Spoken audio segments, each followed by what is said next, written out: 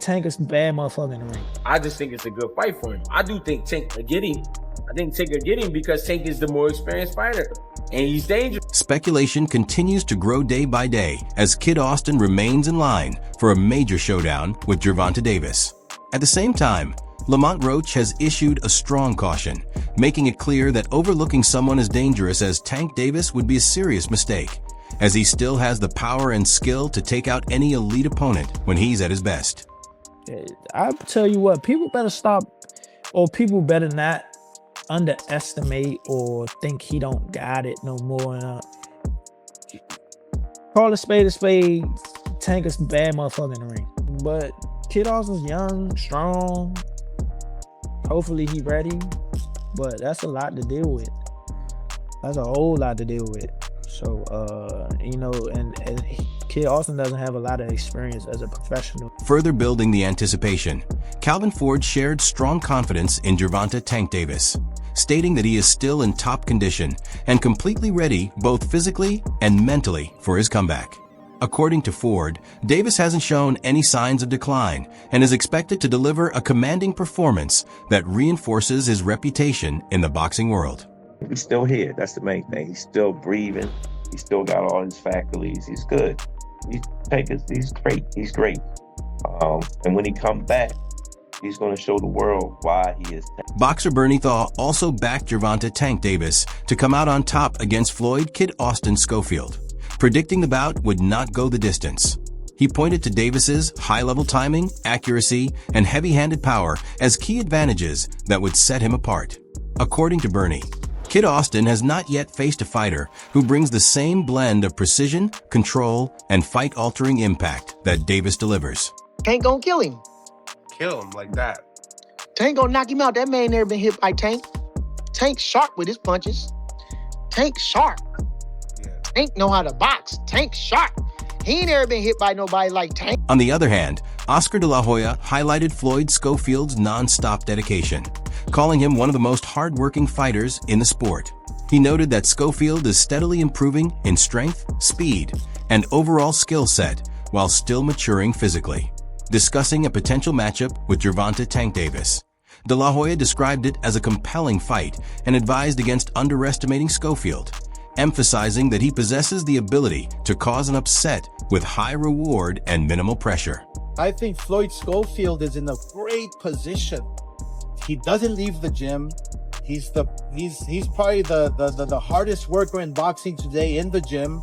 He's just growing. He's getting stronger. He's getting faster. He's getting better, and he's still a baby. So his man strength is coming forward now. And so, look, if that fight happens, which hopefully it can happen, I would say third quarter of this year. Hey, I think it'll be a great fight, and don't count out Floyd Schofield, because I mean, he has everything to win and nothing to lose. Additionally, Oscar de la Hoya saw the potential fight as a meaningful challenge, referring to Floyd Schofield as a self-assured rising fighter gaining solid momentum.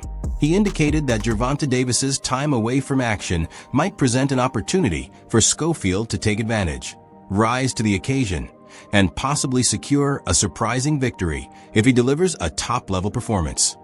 That's the fight. You know, Schofield is the next young kid up and coming.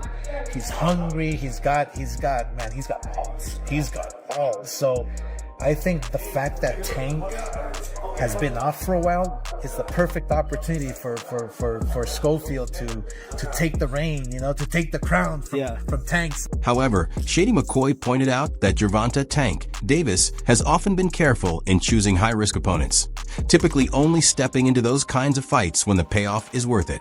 At the same time, he suggested that the current stage of Davis's career could be the ideal moment for him to accept a challenge of that level. Because the truth is, Tank won't take them type of fights unless he needs to, because he fights for money. Now, one thing is maybe he got a lot. That's why I bring it up. Tank might need that fight, right? Meanwhile, Max Kellerman stated that Gervonta Tank Davis has had a selectively built record, pointing out that several of his notable victories came against naturally smaller opponents who did not carry significant punching strength. While he did recognize Davis's impressive ability to score knockouts, he added that pairing a powerful puncher with smaller fighters is often a calculated approach in boxing promotion. He also mentioned that even with his highlight reel stoppages, Davis has still lost some rounds in certain fights. But the fact is, his resume was highly, let's say, curated. Come on. He fought smaller guys who couldn't punch. Santa Cruz. Right, exactly. And knocked them cold out. Right, knocked him out. The way he did it. It don't matter. That don't matter? He knocked them cold out. You a trainer saying that. That's terrible. That is an old trick. That's an old trick promoters use when you want to build up a puncher. You bring a name guy up a division or two who's not a puncher and let the puncher look really good. And even then, he lost some rounds. At the same time, Teofimo Lopez gave his own perspective on Gervonta Davis, arguing that he doesn't fit the mold of a classic, refined technician in the ring. Instead, Lopez characterized him as a gritty, pressure-driven fighter who relies on an aggressive, forward-charging approach shaped by his Washington, D.C. roots. He credited Davis's upbringing and training style for building his toughness and mentality, rather than polished technical boxing skills. I feel like you can handle that now if guys are trying to just keep you on the outside like Haney would do. And that's why I like challenges. That's why I was happy that at least what I got out of that with Sandor Martin was that now I know how to beat a fucking fighter that fights like that. Yeah, that doesn't now, like to engage. That just doesn't want to engage, and Haney will never engage with me. On the other hand, Malik pushed back against the criticism surrounding Gervonta Tank Davis, arguing that his position in boxing remains unchanged. He stressed that Davis continues to be one of the sport's main draws, going beyond standard star status. In his view, he is a genuine megastar whose influence and reputation should not be taken lightly. We ain't gonna get that messed up. Start disrespecting. Yeah, Tank's a whole lot. He's a big star. Tank's a whole lot. Yes. No, he's In addition to that, Mike Coppinger highlighted that Gervonta Tank Davis would be stepping back into the ring after nearly 18 months away, a period also marked by legal complications. He explained that boxers returning from such a long break typically opt for a lower-risk opponent, but stressed that Floyd Schofield is far from an easy option. While still leaning toward Davis as the likely winner, he called the fight a very intriguing and competitive matchup, noting the knockout power on both sides and also pointing to Schofield's strong stoppage victory over Kevin Farmer. Tank will be coming off of like an 18-month layoff since that Roach fight and all the legal issues and all that. So a lot of times you see those guys fight very easy fights, right? Schofield's not an easy fight. We don't know who's gonna win, even though Tank would be a favorite. And I think it'd be an exciting fight. You're talking about two guys who can punch. That was very impressive, Malik, the way Floyd Schofield took out Kevin Farmer. Super impressive. Expanding on the analysis, Tim Bradley also labeled Floyd Schofield Jr. as a rising, high-energy prospect with noticeable athletic gifts and legitimate knockout ability. However, he emphasized that there are still clear defensive flaws that could be exploited under pressure. Bradley cautioned that this would not be an easy comeback fight for Gervonta Tank Davis after his time away from competition, suggesting it may prove more challenging than many anticipate. He added that Schofield's danger level could rise even further as he develops physically and continues refining his skills and training. I think he's young, and I do think that he does make mistakes, which create openings, but the dude got popped. The dude is explosive. The young man is explosive. Very explosive. And I don't think it's a safe fight. Not out the gate. Not when you've been out of the ring for as long as Tank. I don't see it. Not at all. And the longer that Floyd Schofield is able to be in that gym and perfecting his craft, he can easily become a problem. Shane Mosley also viewed Schofield as a dangerous opponent, highlighting his physical size, young age, and high activity level as major strengths. He raised questions about Davis's recent level of focus, but still recognized his durability and finishing ability. Overall, he leaned slightly towards Schofield as the fighter more likely to pull off an upset. I love that fight. I think Schofield's been more active, and he's a younger, a little bit bigger, a little taller. I think he's gonna give Tank a lot of problems. Yeah, he's gonna Tank some problems. I like Tank too, but Tank he's been all over the place. His mentals, I don't think is all the way there. You know, he got a lot of girl problems and this problem, that problem. Yeah, I have to lean with Schofield, but Tank is about. I like Tank. He fights with a heart and strong. And I mean, I like the way he fights, But on this one, I would probably lean to Schofield because he's a real fighter. Shifting focus, boxer Bernie expressed strong interest in the matchup, calling it an intriguing meeting between two powerful punchers with comparable height and physical structure. He suggested it was the type of fight that would satisfy fans, emphasizing that Gervonta "Tank" Davis consistently delivers entertainment whenever he competes. He further added that Davis by himself makes the fight highly watchable, increasing the overall excitement surrounding the pairing. I'd like to see the fight. I think it's a good fight. They both power punchers. They roughly, the same height or size or something. So it's a good fight, I can't complain. Like I say, when you watch Tank, it's always a treat to watch Tank. So, it's a good fight. A boxing analyst described the matchup as highly appealing, but quickly raised concerns about the weight class, questioning whether it would take place at 135 or 140 pounds, and noting that such a difference could completely alter the fight's dynamics. He then shifted his attention to the key figure orchestrating the situation, referring to him as the influential force working behind the scenes. After that, he evaluated the styles of both fighters, explaining that they are very closely matched in terms of fighting identity, with only minor variations in size and physical attributes, yet sharing nearly the same rhythm, approach, and overall in-ring behavior.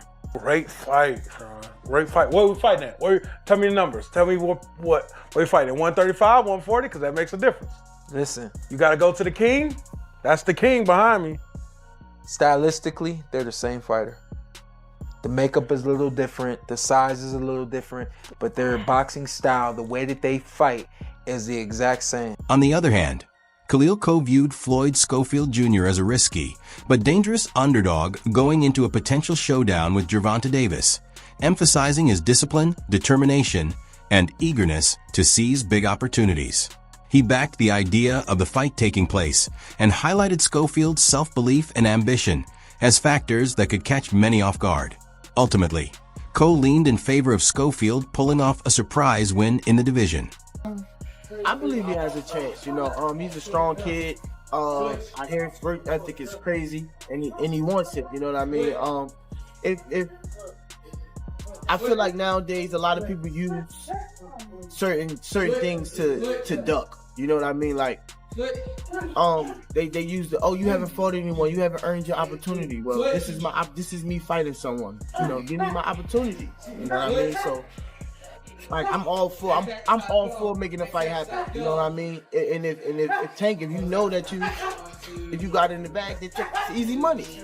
You know what I mean? Easy money. Let's make it happen. How does that fight look to you? Honestly, I see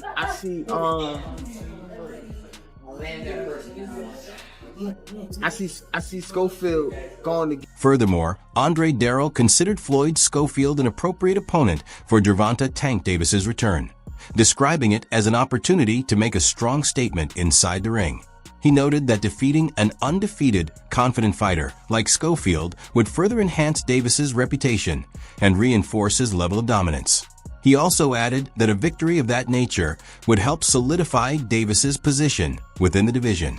But Floyd is a good opposition for his return.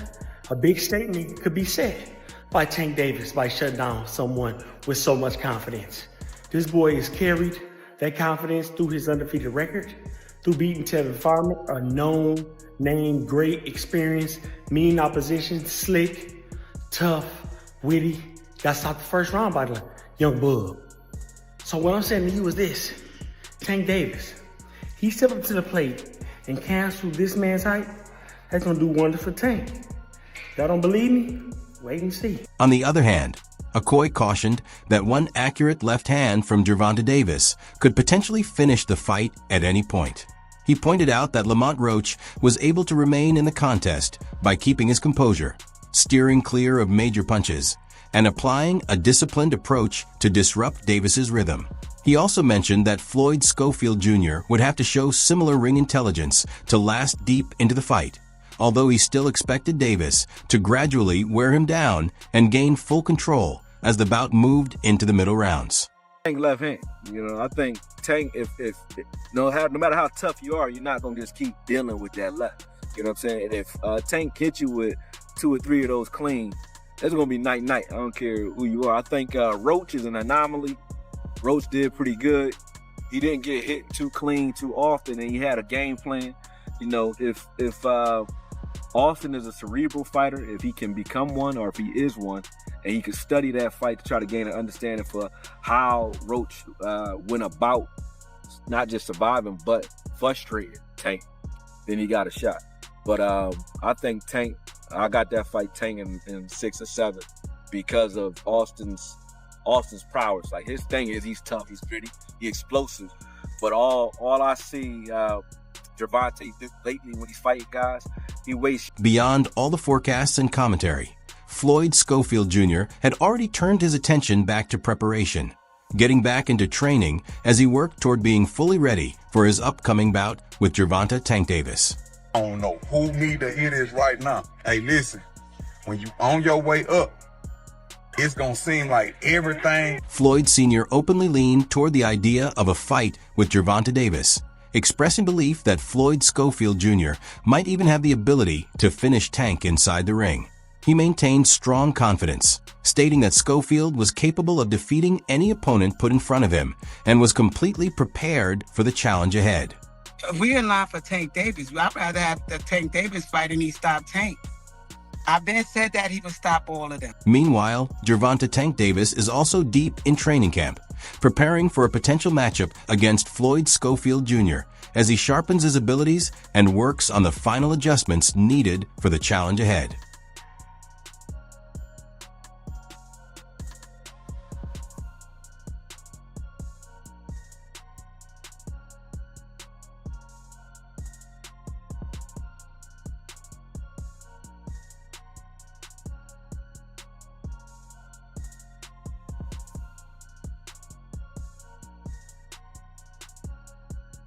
Calvin Ford took a straightforward stance, explaining that each fight becomes important when a young boxer is properly prepared and willing to compete. He chose not to make any predictions, instead emphasizing that outcomes in boxing are ultimately determined inside the ring. All fights are good fights, especially when a kid or anyone come prepared to fight. So you have to just wait and see. At this point, all that remains is to wait and see how things unfold. It's the type of matchup that would keep people discussing it long after the final bell, with both fighters known for bringing dangerous styles each time they enter the ring. If it were ever officially made, it would likely deliver a rare blend of drama, power, and shifting momentum capable of changing the fight in an instant. The hype alone would have triggered widespread debate in the boxing community, with fans analyzing every detail and picturing how the action might play out from beginning to end. It would stand as a true examination of reputation under the spotlight, where every round carries real tension. For now, the focus remains on what develops next in the discussion as fans continue waiting to see if the speculation becomes reality.